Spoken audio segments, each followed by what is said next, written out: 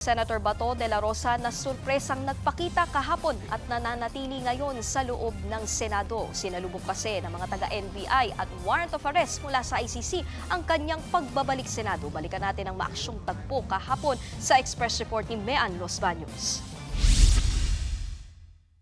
Sa kuha ng CCTV sa hagdan paakyat sa plenary hall, makikita si Senator Bato de la Rosa na kumakaripas ng takbo. Nadapa rin at halos masubsob pa sa hagdan si Bato, pero agad siyang bumangon at tumakbo ulit hanggang sa marating niya ang hallway ng Senado. Nang makapasok si de la Rosa, nagtutulakan pa ang mga nakasunod sa kanya. Mayroon pang natumba. Matapos niyan, nagkasugat si de la Rosa sa daliri at ginamot din siya. Ang senador na si Bato, naiyak pa habang yakap-yakap ang kanyang anak na staff din niya sa Senado.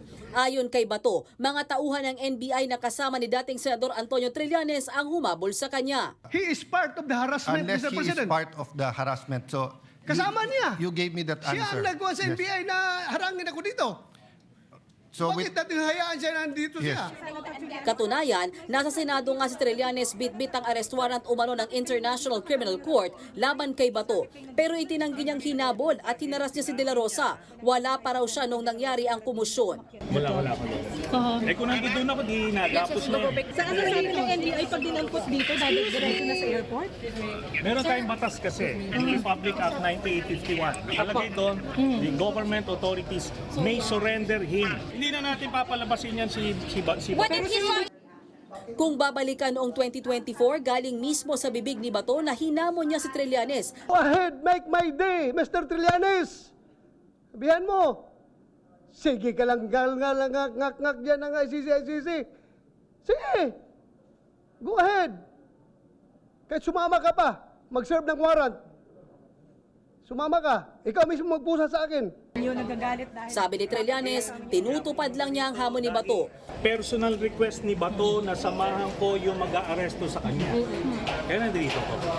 Pero kinwestiyon niya ni Senador Dante Marcoleta. How come that the NBI is chasing Senator Bato? Is former Senator Trillanes now the sheriff of the ICC? And he has been working with the Interpol. Sa kopya ng arrest warrant, pinapaaresto umano ng ICC si Bato dahil sa pagiging co-perpetrator o kasabwat sa kasong crimes against humanity na konektado sa war on drugs si dating Pangulong Rodrigo Duterte. Dahil naman sa komisyon, inatasan ng bagong Senate President na si Alan Peter Cayetano na i-hold in contempt ang mga miyembro ng NBI na humabol kay De La Rosa. Para tayong king queen dito. Yes. Inassault na tayo dito sa ating opisina. Tapos walang mangyayari. Palisin lang natin. We have to arrest them. Si dating Sergeant at Arms retired Police Major General Mau Aplasca ang papalit sa kanya.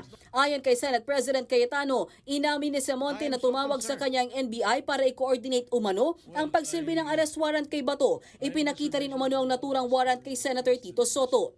Kasunod ng tensyon, nagpatupad ng full lockdown ng Senado sa kanilang gusali sa Pasay. May mga pulis na rin nakabantay. Maging si NBI Director Melvin Matibag, hindi rin agad pinapasok. Titingnan namin kung ano nga meron. Wala pa kami information, kaya kami papasok. ICC warrant of arrest. Teka nga, baka nga kami, di pa pasukin. Pero pagsapit ng gabi, pinapasok din si Matibag. Sa ngayon, naninindigan ng Senado na hindi nila hahayaang maaresto si De La Rosa habang siya ay nanatili sa Senado. Nagbabalita mula sa Frontline, Mean Los Baños, News 5. Mga kapatid, Nikki de Guzman po. Para sa pasada ng mga rumaratsyadang balita, mag-follow at mag-subscribe na sa social media pages ng News 5.